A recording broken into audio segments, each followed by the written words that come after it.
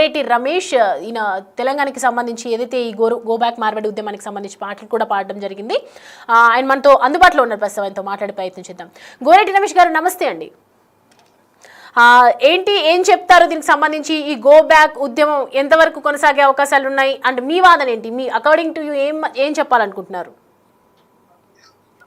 ఈ భారత ప్రజాస్వామ్యంలో రాజ్యాంగం కల్పించినటువంటి భారత రాజ్యాంగం ప్రకారం ఈ ప్రపంచంలో అయినా, ఈ దేశంలో అయినా, ఏ రాష్ట్రంలో అయినా ఎక్కడైనా నివసించే హక్కు, స్వేచ్ఛ అందరికి ఉంది. ఇక్కడ మార్వాడి ఉద్యమాన్ని గో బ్యాక్ అనడానికి కాదు మేము చేసే ఉద్యమం.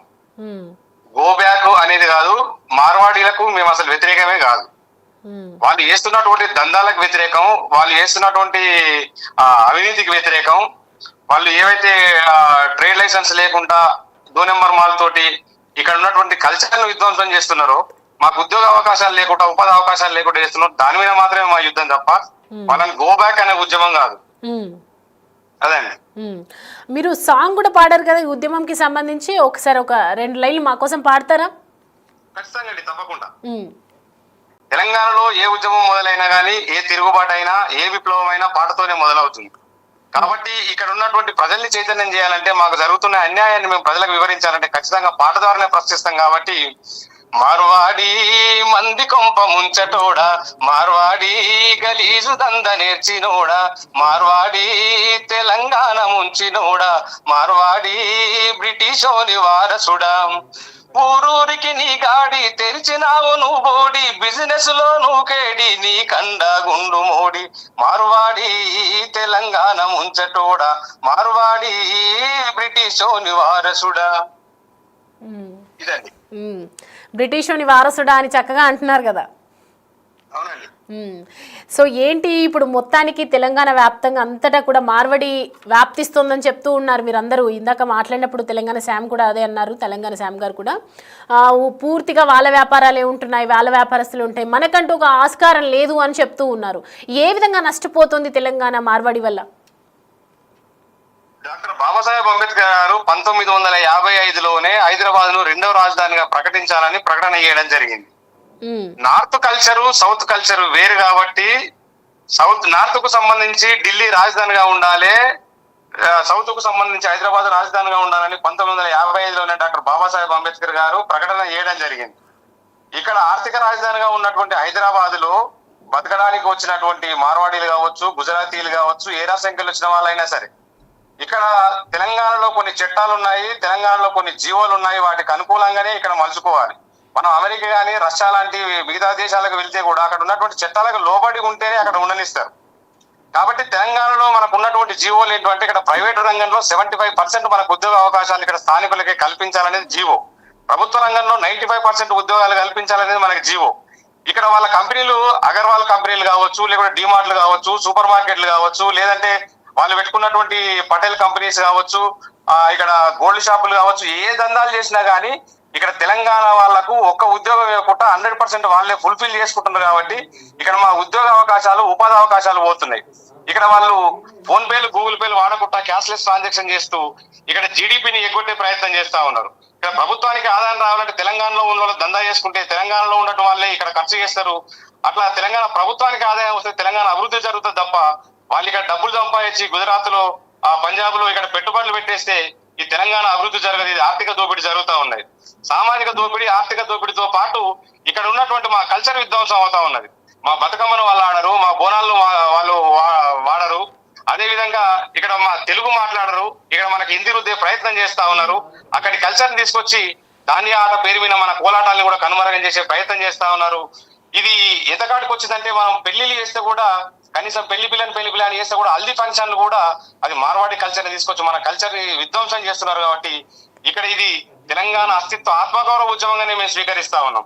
ఖచ్చితంగా ఇక్కడ మా నిధులు, నియామకాలు, నీళ్ళు ఇవన్నీ దోస్తున్నారని చెప్పేసి ఆంధ్ర గో బ్యాక్ అని చెప్పేసి ఆంధ్రాల మీద తెలంగాణ ఉద్యమం తీసుకొచ్చి 1200 బలిదానం తర్వాత, 1200 మంది విద్యార్థుల బలిదానం తర్వాత తెలంగాణ సాధించుకున్నాం. అయినప్పటికీ మా అవకాశాలు మాకు ఇవ్వకుండా, మాకు ఇక్కడ ఉద్యోగ అవకాశాలు లేకుండా అన్ని రంగాల్లో వాళ్ళే విస్తరించి మాకు ఇక్కడ అన్యాయం జరుగుతున్నది. కాబట్టి ఖచ్చితంగా దీని మీద మేము ఒక ఉద్యమంగా మేము దీన్ని ముందుకు తీసుకుపోతా ఉన్నాం. అయితే ఇందాక మీరు పాట సాంగ్ పాడినప్పుడు బ్రిటిష్ మార్వాడీస్ అని అన్నప్పుడు నాకు అర్థం కాలేదు. మీరు ఏదైతే ఒకప్పుడు బ్రిటిష్కి సంబంధించినటువంటి కొన్ని కట్టుబాట్లు మనకు అలవాటు చేయటము, వాళ్ళ కల్చర్ని మనకు అలవాటు చేయటము, ఇదంతా చూస్తుంటే ఇప్పుడు మీరు అన్నట్టుగా కల్చర్ కూడా కొంచెం చేంజ్ అయింది. హల్దీకి సంబంధించి కావచ్చు, ఇది మెయిన్ పాయింట్ అనమాట. పసుపుకి ఫంక్షన్ని కూడా మనము ఒకప్పుడు పండగలాగా జరుపుకునేటువంటి చిన్న చిన్న ఆచారాలతో పాడుకున్నవంటి కూడా ఇప్పుడు ఒక అంగరంగ వైభవంగా చేస్తున్నారు. దానికి సంబంధించి కొన్ని ఆర్టిఫిషియల్ కల్చర్స్ తీసుకురావటం, హంగామా చేయటం, ఇదంతా జరుగుతూ ఉంది. దానికి అగ్రి చేస్తున్నాం మేము. సో ఏ రకంగా అంటే ఒకవైపు మనం చూస్తుంటే మార్వాడీస్ డామినేషన్ కూడా ఎక్కువైపోయింది తెలంగాణ వాళ్ళ మీద అని చెప్తున్నారు. చిన్న చూపు చూస్తున్నారని అంటున్నారు, చిన్నగా మాట్లాడుతున్నారు, మనల్ని తక్కువ చేసి మాట్లాడుతున్నారు అని చెప్పి.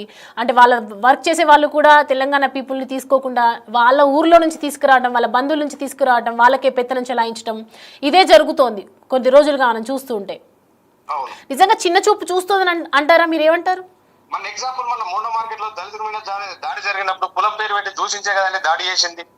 ఆయనకు మద్దతుగా వెళ్ళినటువంటి ఒక ముదిరాజు బిడ్డ మీద, ఒక యాదవ్ బిడ్డ మీద దాడి చేసి విచక్షణ రహితంగా కొట్టేస్తే కనీసం దాని మీద ఎవరు స్పందించలేదు.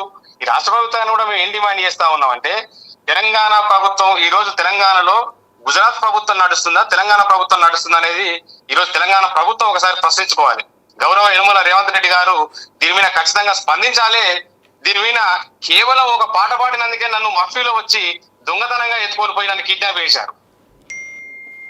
కాబట్టి మేము ఇక్కడ బ్రిటిష్ వారస్ కానీ ఎందుకంటున్నామంటే, సిపాయిల తిరుగుబాటు తర్వాత, రెండో ప్రపంచ యుద్ధం తర్వాత ఈ దేశానికి ఈస్ట్ ఇండియా కంపెనీ పేరు మీద వస్తు వ్యాపారం కోసం, వస్తు మార్పిడి కోసం ఇక్కడ వచ్చేసి ఈ దేశాన్ని ఆక్యుపై చేసుకున్నప్పుడు ఈ దేశం మొత్తం తిరగబడి ఈ దేశంలో ఉన్నటువంటి దేశభక్తులు, స్వతంత్ర సమరయోధులందరూ ఈ దేశం మీద ఒక స్వతంత్ర ఉద్యమం తీసుకొచ్చి ఈ దేశానికి స్వతంత్రం సిద్ధించినటువంటి సందర్భంలో వీళ్ళు కూడా బతకడానికి వచ్చేసి ఇక్కడ పెత్తనం చెలాయిస్తుంటే ఇక్కడ ఊరుకోవడానికి ఎవరు సిద్ధంగా లేరు. ఖచ్చితంగా ఇక్కడ కల్చర్ ను గౌరవించాల్సిందే, ఇక్కడ ఉన్నటువంటి వాళ్ళకు ఉద్యోగ అవకాశాలు కల్పించాల్సిందే, ఈ సంస్కృతిని గౌరవించాల్సిందే. కాబట్టి దాని మీదనే మా ఫైట్ తప్ప వ్యక్తిగతంగా మార్వాడీలంటే ఈ దేశంలో పౌరులే. ఇలా మనం ఎంతనో వాళ్ళు కూడా అంతే. ఈ దేశంలో అందరు గౌరవించుకోవాల్సిందే. ఖచ్చితంగా వాళ్ళు చేసే దందాలకే వ్యతిరేకం తప్ప మేము మార్వాడీలకు ఎప్పుడు కూడా వ్యతిరేకం కాదని కూడా ఈ సందర్భంగా మీకు తెలియజేస్తా ఉన్నాం. అంటే ఒకవైపు ఇటు ప్రభుత్వం కానీ, నిన్న మనం బీజేపీ కేంద్ర మంత్రి మన బండి సంజయ్ కూడా మాట్లాడింది విన్నాము. రాజ్యాంగబద్ధంగా చూసుకుంటే ఐక్యతను దెబ్బతీసే అర్హత ఎవరికీ లేదు, ఐక్యంగా ఉండాల్సిందే, మనందరం వీళ్ళే, కానీ గో బ్యాక్ అనేదాన్ని మేము అగ్రీ చేయము అని చెప్పారు. ఇందాక టీపీసీసీ మహేష్ గౌడ్ గారు కూడా మాట్లాడినప్పుడు తను కూడా ఇది వాళ్ళకి ఎప్పటి నుంచో ఇక్కడ ఉంటున్నారు, వాళ్ళని అనే అర్హత మనకు లేదు అంటున్నారు. మరి ఒకవైపు ప్రభుత్వం కూడా దీనికి మద్దతు తెలియజేయట్లేదు, కానీ కొంతమంది మాత్రం మాట్లాడితే ఇది ఎంతవరకు ఫలిస్తుంది, కార్యాచరణ ఎట్లుంటుంది? ఖచ్చితంగా ఈ తెలంగాణ రాష్ట్రంలో ఇక్కడ ఉన్నటువంటి లోకల్లో మీద, ఇక్కడ ఉన్నటువంటి కోమట్లు చిన్న చిన్న కొట్లు పెట్టుకొని బతకటంలో మీద వీళ్ళ దందాలు చెలాయిస్తూ స్వర్ణకారులు తెలంగాణ వచ్చిన తర్వాత ఒక 20-30 మంది స్వర్ణకారులు చనిపోయారండి. స్వర్ణకారులు కానీ, విశ్వకర్మలు కానీ ఇలా గప్చు బండికి వెళ్ళి మొత్తం వాళ్ళే ఆక్యుపై చేసుకొని ఇక్కడ అవకాశాలు లేకుండా చేసేసి మన కల్చర్ ను విధ్వంసం చేస్తున్నారు. కాబట్టి ఖచ్చితంగా దీని మీద ఈ పోరాటం కొనసాగిస్తామనేసి మాత్రం ఖచ్చితంగా తెలియజేస్తా ఉన్నాం. రైట్, థ్యాంక్ యూ అండి గోరంటి రమేష్ గారు. ఓకే అండి, థ్యాంక్ యూ. రైట్, మొత్తానికి చూస్తున్నాం కదా, ఒకవైపు ఇటు తెలంగాణ నుంచి చాలా మంది కూడా ఒక నినాదాన్ని వినిపిస్తున్నారు, గో బ్యాక్ మార్వడి అంటున్నారు. ఖచ్చితంగా దీనికి సంబంధించి పెద్ద ఎత్తున ఉద్యమం జరుగుతోంది. ఒకప్పుడు ఆంధ్ర తెలంగాణ సమైక్యంగా ఉన్నప్పుడు కూడా ఒక వాటర్ అక్రమంగా తీసుకుంటున్నారని చెప్పి అప్పుడే మేము గో బ్యాక్ ఆంధ్ర అని చెప్పేసి చాలా మంది నినాదాలు చేశాము, ఉద్యమం చేశాము. తెలంగాణ తలుచుకుంటే ఉద్యమంలో మొదటి స్థానంలో ఉంటుంది, ఖచ్చితంగా ఉద్యమం ఫలిస్తుంది. ఖచ్చితంగా మేము మార్వడీస్కి సపోర్ట్ అంటే మేము మార్వడీస్కి వ్యతిరేకం కాదు, వాళ్ళకి వ్యతిరేకం కాదు, వాళ్ళు చేస్తున్నటువంటి పనులకు మాత్రమే. తెలంగాణ వాళ్ళకు కూడా ఆస్కారం ఉండాలి, తెలంగాణ వాళ్ళకు కూడా చోటు ఉండాలి. మాకు తెలంగాణలో ఉన్నాము, ఖచ్చితంగా మేము ఇక్కడే, మేము ఏ రాష్ట్రానికి వెళ్ళట్లేదు, ఏ దేశానికి వెళ్ళట్లేదు, ఎక్కడ మా బిజినెసెస్లో చేయట్లేదు, మా గడ్డ మీద మాత్రమే మేము బిజినెస్ చేయాలని అనుకుంటున్నాం. కాబట్టి దీనికి ఖచ్చితంగా కట్టుబడి ఉంటాము, గో బ్యాక్ మార్వడి అంటున్నాము. వ్యాపారాలు తక్కువ చేయాలి, ఏ రకంగా అయినా కూడా బంగారం షాపుల్లో చూసుకున్నా, ఇటు స్వీట్స్ షాప్ కావచ్చు, కిరాణా షాపులు కావచ్చు, రెస్టారెంట్లు కావచ్చు, ప్రతి